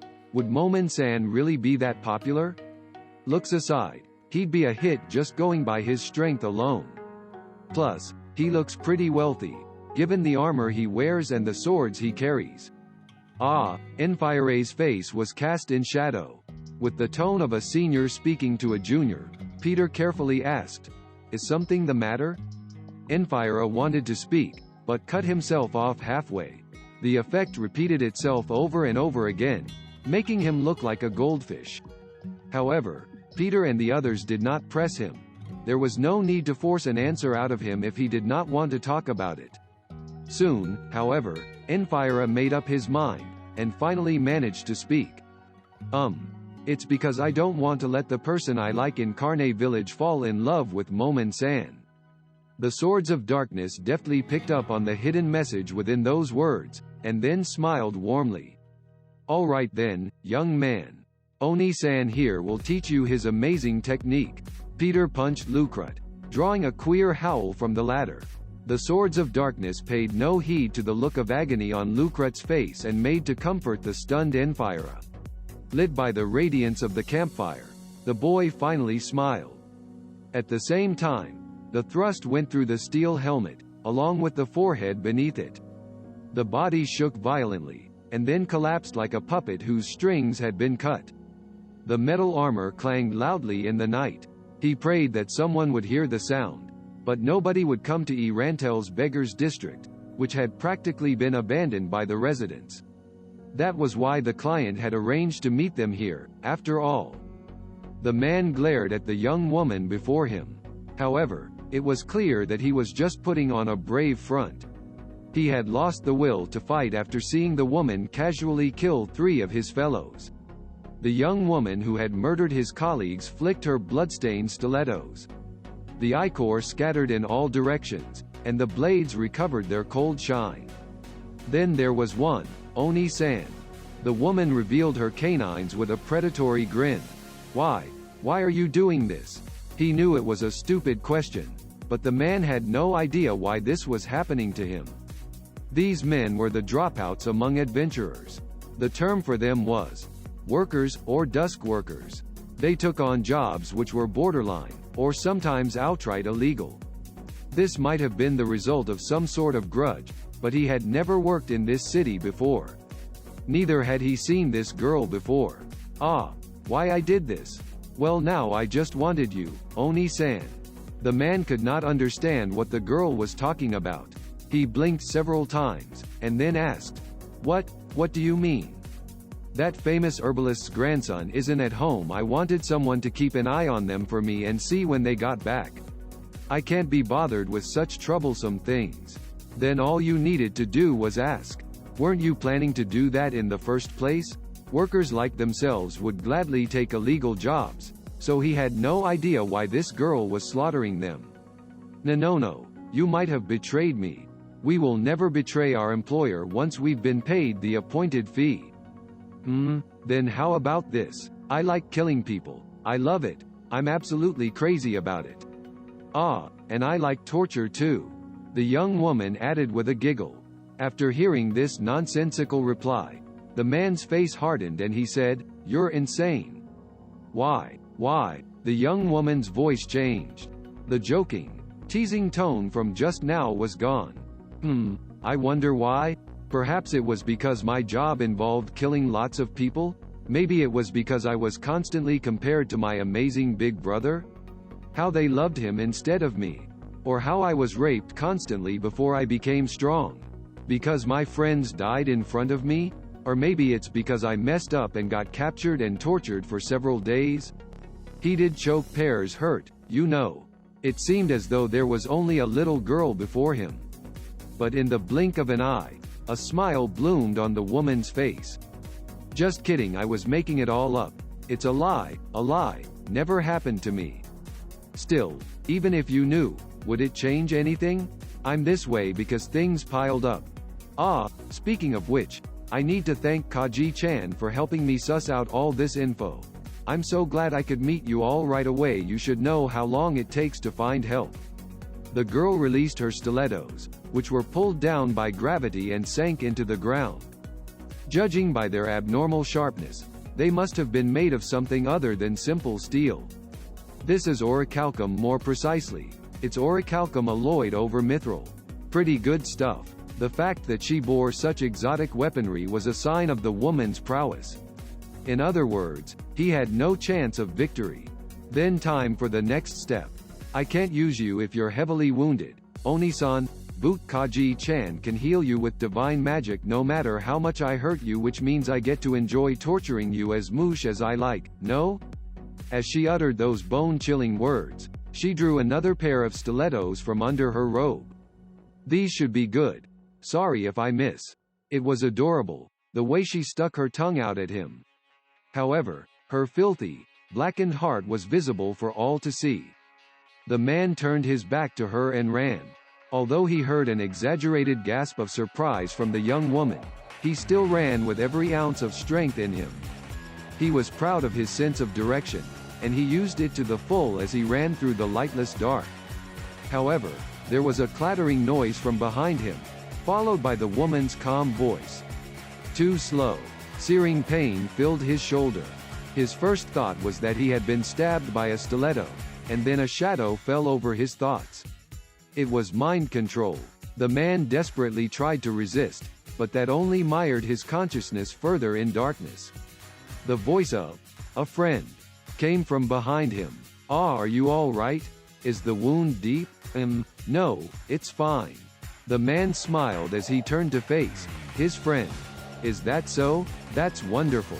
A dreadful smile bloomed on the young woman's face. The group set out at daybreak, along a hidden path on the plains. "We'll be at Kugane village soon." The other travelers nodded in response to Enpira, the only person who had been to Kugane village before, barring Ainz. Apart from that, they walked on in silence. Enpira seemed somewhat put off by that. An air of awkwardness hung between them. Ainz, who was the cause of this situation, hid his guilt underneath his helmet. Ninya kept peeking at him, and it was annoying. However, this was all his fault, so he could not say anything about it. This was the result of what he had said last night. Ninya apologized at breakfast, and Ainz should have accepted the apology on the spot, but for some reason, he could not say a simple thing like, "I forgive you." Though he felt he was being petty, Ainz could not simply let bygones be bygones. "Because of this undead body, my mind has changed as well, huh?" After becoming undead, his strong emotions were suppressed, but the less intense ones did not vanish. The best proof for this was how long his mild anger lasted. Ainz's friends had a very important place in his heart. Though he cared deeply for them, he began to feel that it might not be good to let things go on like this. However, he could not bring himself to take the first step in changing the mood. It was because he could calmly deduce that the slight changes in his feelings, like those of a petulant child, that he felt anger at his own immaturity. The only one who stood out among the awkwardness was Narberal. She was so happy to not be bothered by Lucrut that she was practically humming in delight. The group advanced in silence, and they soon made it to the outskirts of Kugane village. "Ah, yes, it seems pretty wide here, so maybe we don't have to stay in a line as we move," Lucrut announced, seemingly with some other motive in mind. A glance to the sides revealed stretches of emerald forest around them, so the deliberate mention of being wide and open seemed somewhat suspicious. In addition, the point of being guards was that they could not lower their guard in an open area, so moving in a column like they were doing now was the wisest choice. It was just that they all knew their silent advance in a line was not due to their adventurer's sense of caution. It's important to stay alert. So let's get to the village first. Indeed, we need to stay on guard at all times lest we get attacked. Lucrut put on an as-if expression in response to Peter and Dine's statements. "Maybe a dragon might attack us from far away," Ninya mumbled. Lucrut immediately shot back. "What kind of shitty plot development would that be? Logically speaking, how could such a thing happen, Ninya? You're right, it's impossible. The stories of dragons near Irantel are nothing more than that, stories. Although they say that in the ancient past, there was a dragon which could shake the heavens and the earth. Nobody's seen any dragons recently. Or no, I think there's a colony of frost dragons living along the Azerlisian mountain range, towards the north. They existed in the past? According to the Sunlight scripture, dragons are the mightiest beings in this world. In Yggdrasil, dragons were the strongest enemies one could encounter. They boasted great physical attack and defense power, boundless stamina, and wielded numerous skills and spells. They were in a class of their own. There were countless monsters in Yggdrasil. Among their number were all sorts of named monsters, and area monsters, as well as those super monsters called world-class enemies. Even a legion, composed of 6 parties of 6 men each, would not have much of a chance against these unimaginably powerful creatures. Apart from the Devourer of the 9 Worlds, there were the 8 dragons, the Demon Lords of the 7 Deadly Sins, the 10 Archangels of the Sephiroth, as well as the 6 bosses known as the Celestial Lords of the 6th Heaven, and the 5 Rainbow Buddhas, from the expansion pack, Valkyrie's Downfall. There were 32 of these extraordinary monsters in total, and one could infer the dev team's love of dragons from the number of draconic entities among them. I need to be careful if dragons exist. Dragons could live forever in Yggdrasil's backstory, so it wouldn't be a surprise to encounter dragons with mind-boggling powers.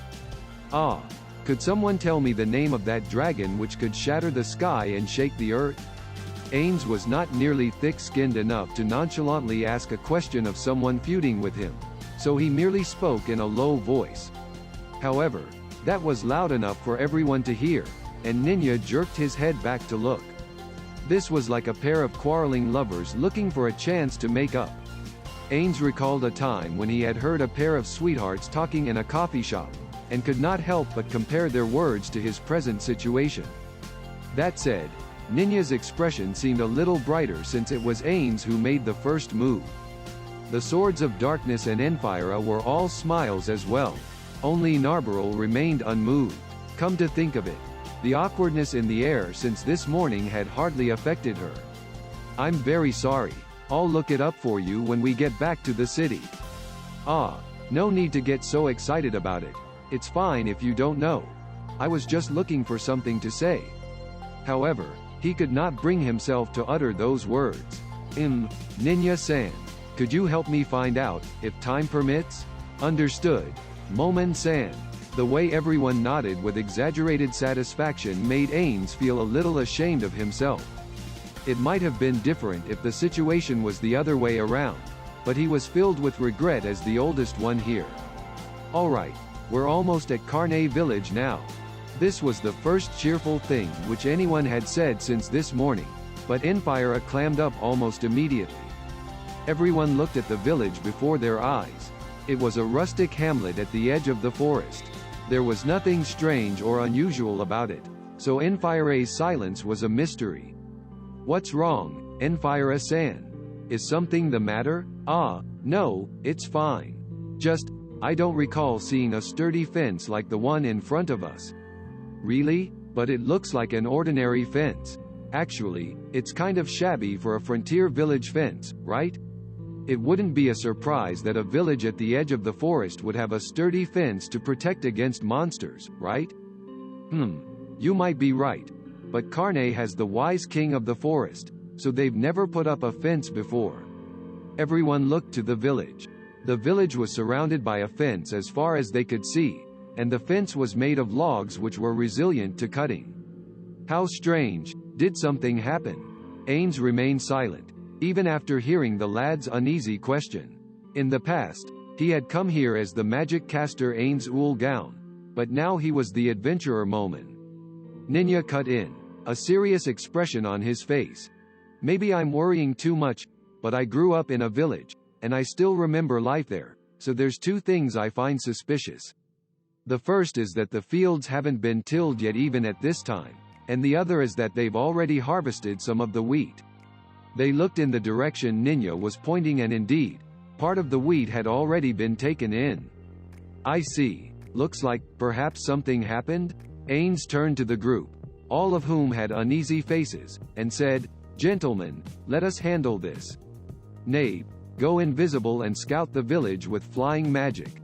After acknowledging Ainz's instructions, Narbarel turned herself invisible with magic and vanished. Shortly after, they heard the sound of flight magic being incanted, and Narbarel no longer left any tracks behind her. The travelers waited on the road, and after a while, Narbarel reappeared where she had left. The villagers seemed to be moving normally around the village, and I did not sense that they were being controlled or ordered. The villagers are working on the fields on the other side of the village. Huh. Looks like I was just being paranoid. It should be fine. Then, let's move on, shall we? Peter looked expectantly to Ainz and Enfira, and they both replied affirmatively. The road narrowed as they went on, so they had to form up into a column as they approached the village's entrance. The wheat fields on either side of the road were a brilliant emerald, waving gently in the wind. The travelers looked as though they were submerged in a pool of green water.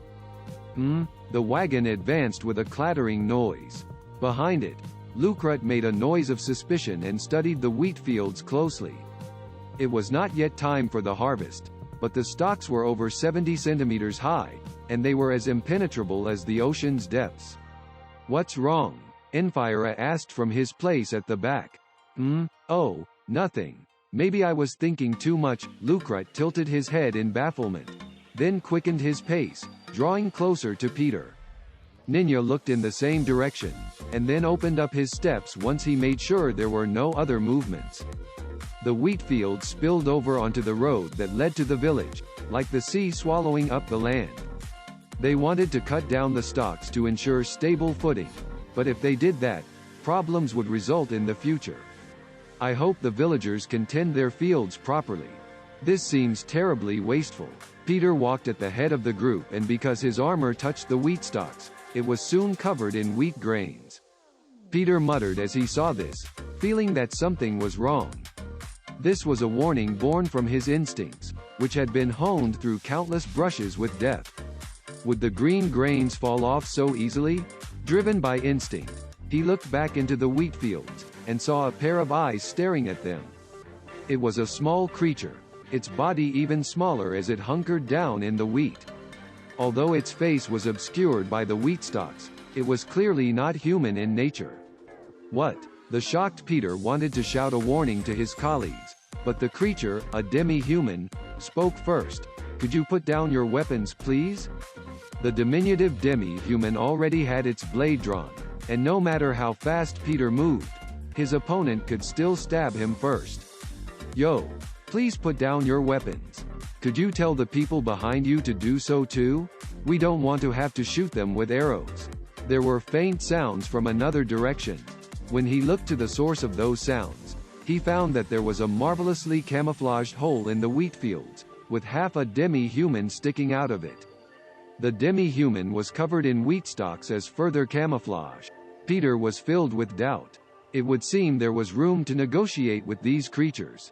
Could you spare our lives? Sure we could. If you surrender, that is. Peter was at a loss for what to do next. He had to stay in front and make sure the arrows did not hit Enfira on the wagon. He also needed to figure out the enemy's number and organization. Verifying the opposition's objectives was also important. At the moment, he could not surrender, but neither could he entirely deny the enemy's proposition. As though sensing Peter's confusion, the two demi-humans rose from the plains with a rustle. Goblins. Ninya breathed. The demi-humans who stood before them now were of the same species as the goblins from yesterday. They had their bows raised, and their eyes were keen as they took aim. Should they fight? Ninya, Lucrut, and Dine looked at each other, pondering that question. Goblins were inferior to human beings in height, weight, muscle power, and other physical parameters. They were hard to deal with in the dark because they possessed dark vision, but under the light of day, they were hardly fearsome opponents for the veteran swords of darkness. In addition, they had Ainz, who could take care of them easily like he had yesterday. Peter was confident that they could make it through even a pincer attack, as long as their opponents were goblins. However, there was a reason why Peter could not immediately make that decision. His adventurer's instincts told him that these goblins were different from the ones he had fought yesterday. Simply put, the goblins in front of him seemed trained and experienced. In addition, they were in good physical shape. In contrast to the scrawny, weak goblins from yesterday, these goblins had bodies of rippling muscle. In addition, the goblin archers had an excellent shooting stance. If the goblins yesterday were children playing with sticks, these goblins were warriors adept at using their bows. Finally, their weapons were well made and well maintained. easily rivaling the weapons of the Swords of Darkness.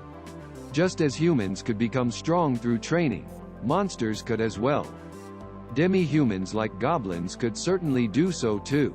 Therefore, it was quite possible that the goblins before the Swords of Darkness were stronger than any demi-human foe they had ever fought.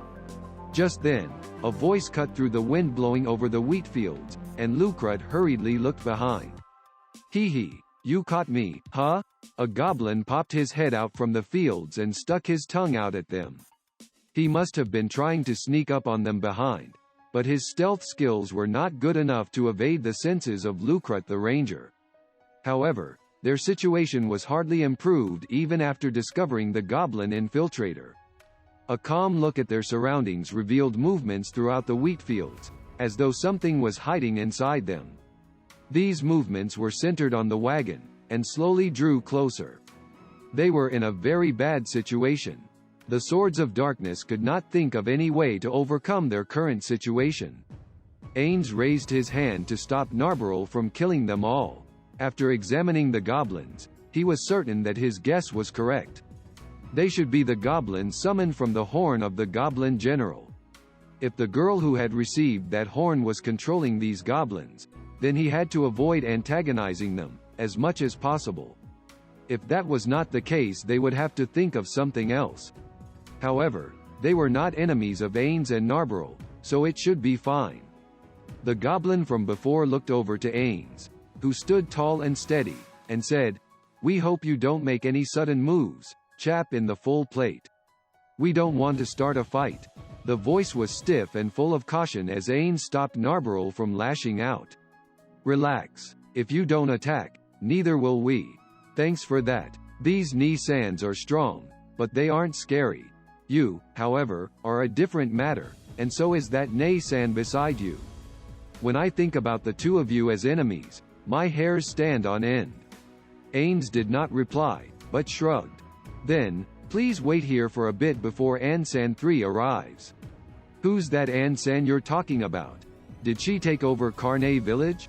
Enfire's agitation was reflected in the obvious surprise on the goblins' faces. "Enfire, calm down a little. It should be pretty obvious who has the advantage here. In addition, there's a few more oddities about the village based on Nabzan's words. I'm hoping we can avoid pointless fighting before the truth comes out." Enfire was hard-pressed to hide his anxiety despite Ninya's words. The look of immediate confrontation on his face became one of barely restrained frustration. He clenched his fists tightly, and then slowly released them. Ainz was surprised and confused by Enfire's intense reaction as well. Granted, they had not traveled together for long, and he did not know the lad all that well. However, he did not think that Enfire would be so excited about something like this. It was possible that this village was not just a simple place to gather herbs, but it had some other significance to him. Ainz turned a doubting eye on Enfire. On the other side, the goblins seemed to have sensed Enfire's anger, and they looked at each other in confusion. This seems different from before. Ansan's village was recently attacked by people dressed up as Imperial Knights. We're just staying on guard. The village was attacked. Is she all right? As though in response to Enfire's shouts, a girl appeared at the entrance to the village, escorted by more goblins. As he saw the girl, Enfire's eyes went wide, and he shouted her name with all his strength, "Enri." The girl heard the shout, and responded in turn. Her voice was gentle and filled with kindness, as though addressing a close friend. Enfire. At this moment, Ainz recalled what he had heard earlier. It would seem that her herbalist friend was not a woman, but a man. Intermission. Demiurge walked through the 9th floor of the great underground tomb of Nazarick. The hard soles of his leather shoes clacked loudly against the ground, and the echoes faded away into silence. Many vassals had been set out to maintain security, but they did not impair the mythic atmosphere in this place. Demiurge looked around, and suddenly smiled. Truly magnificent. The object of his admiration was the entirety of the 9th floor. It was a place which complemented the 41 supreme beings, the entities for whom Demiurge would abandon everything and pledge his utmost loyalty. Therefore, Demiurge loved and cherished everything here. Joy filled Demiurge's heart every time he walked through this place, further reinforcing his devotion to his creators. It was not just Demiurge who felt this way. Even the clowns, musicians, and other noisy fellows were awed into silence by this floor, and strove to preserve its quiescence. Anyone who was not delighted by the sights here, who was not sufficiently loyal to the 41 supreme beings, must surely have disloyal tendencies. As these thoughts passed through Demiurge's mind, he turned a corner.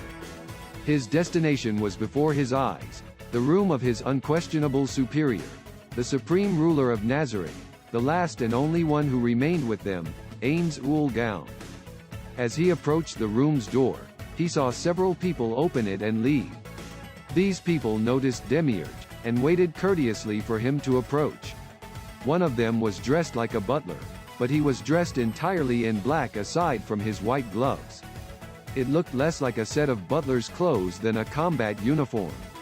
He was one of the 10 manservants of Nazarick, but not even Demiurge could tell which of the 10 he was.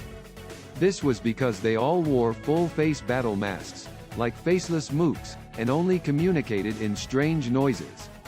In addition, there was the being standing before the butler. The ridiculous mental image of a naked man in a tie appeared in Demiurge's mind. It was a penguin. It was the very picture of a penguin, and it wore a black tie. It has been a while, assistant head butler Kun. Upon hearing Demiurge's warm and genial greeting, the penguin responded with a beaming smile. Probably, indeed, it has been a while, Demiurge-sama. He then bowed deeply. This was not a simple penguin, but the assistant head butler of the great underground tomb of Nazarick. He was a heteromorphic being known as a birdman, and its name was Eclair Eichler. As a birdman, like Puririncino of the 41 supreme beings, he should have had a bestial head and wings, and his limbs should have had avian characteristics. Yet for some reason, he looked like a penguin. Still, Demiurge had no doubts about his appearance.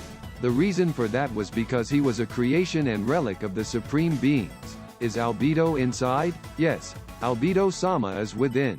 Albedo was in charge of Nazarick while Ainz was out.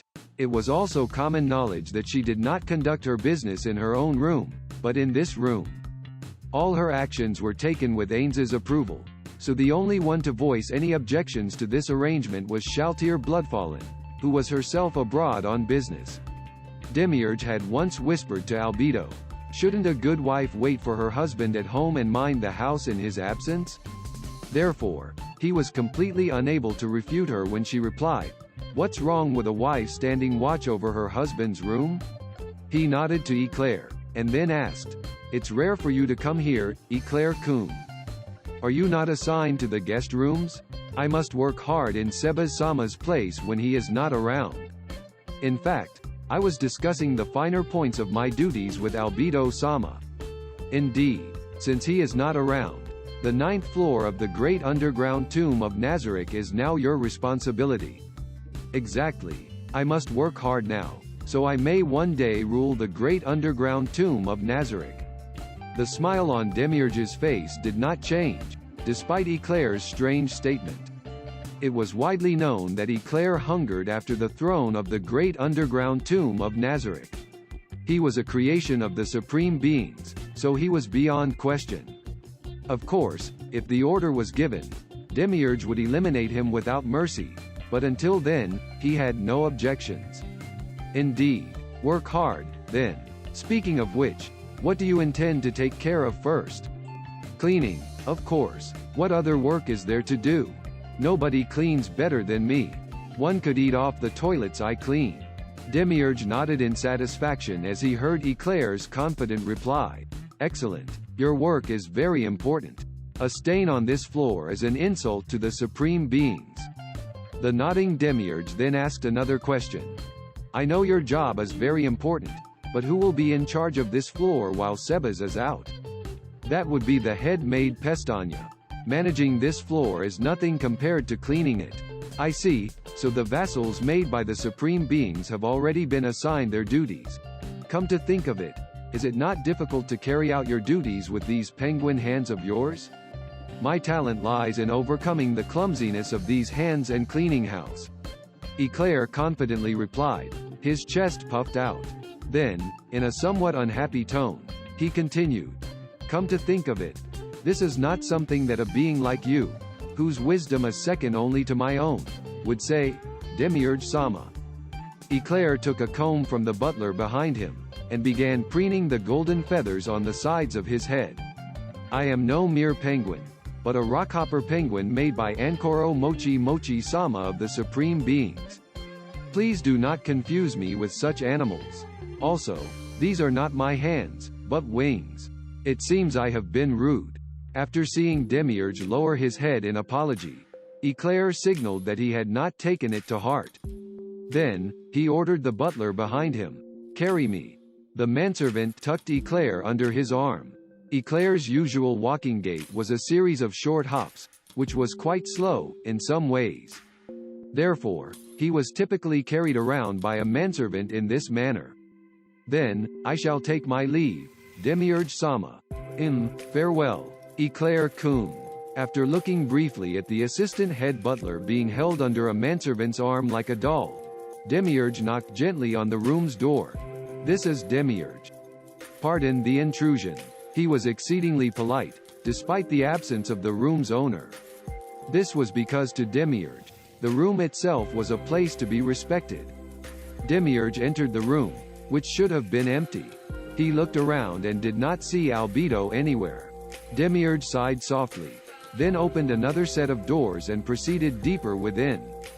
The rooms of the 41 Supreme Beings were modeled after royal suites, and featured a vast bathroom, a bar counter, a living room with a grand piano, a main bedroom, guest rooms, a dedicated kitchen, a dressing room, and so on.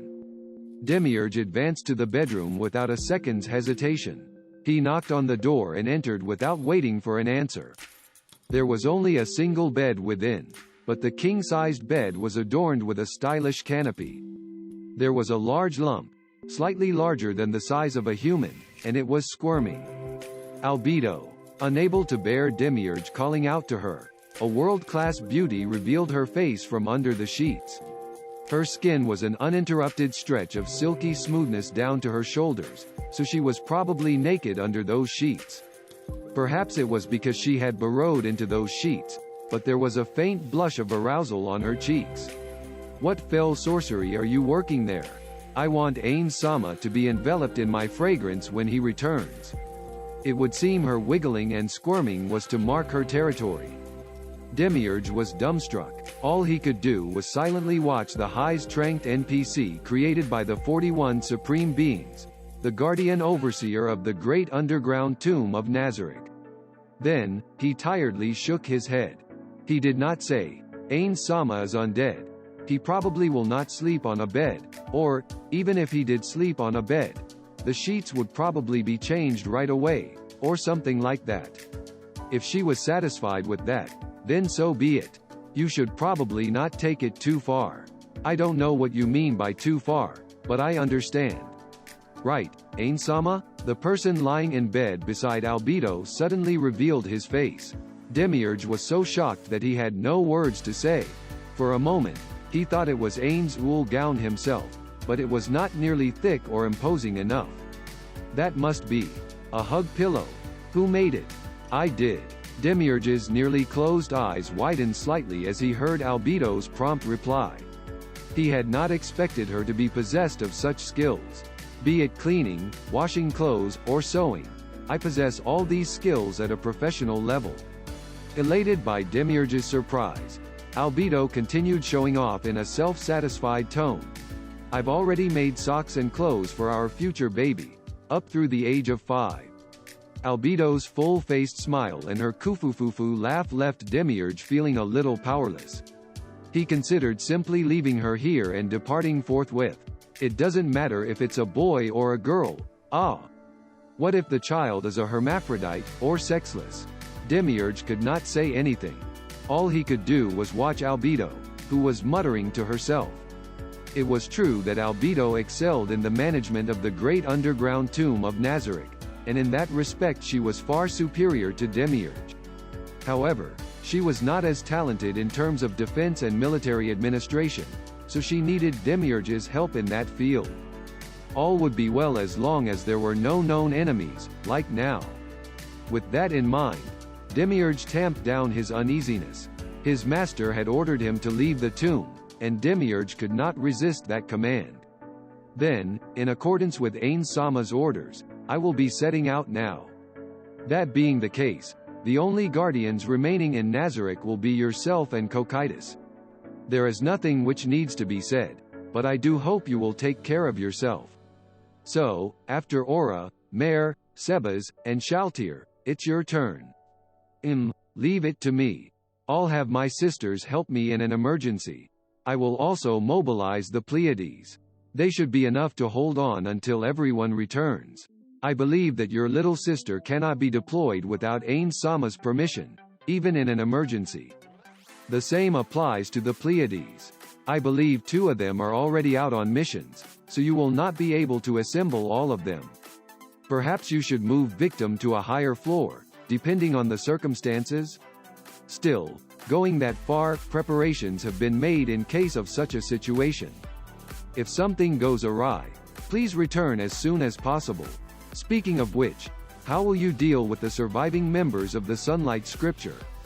Ainz Sama has granted you the right to dispose of them, am I wrong? You could hand that to me as well, but I have no idea what you plan to accomplish with them. Ah, them, you mean? By order of Ainz Sama, they are helping us with experiments. Demiurge seemed very happy, but Albedo wrinkled her elegantly shaped eyebrows. First are the healing magic tests.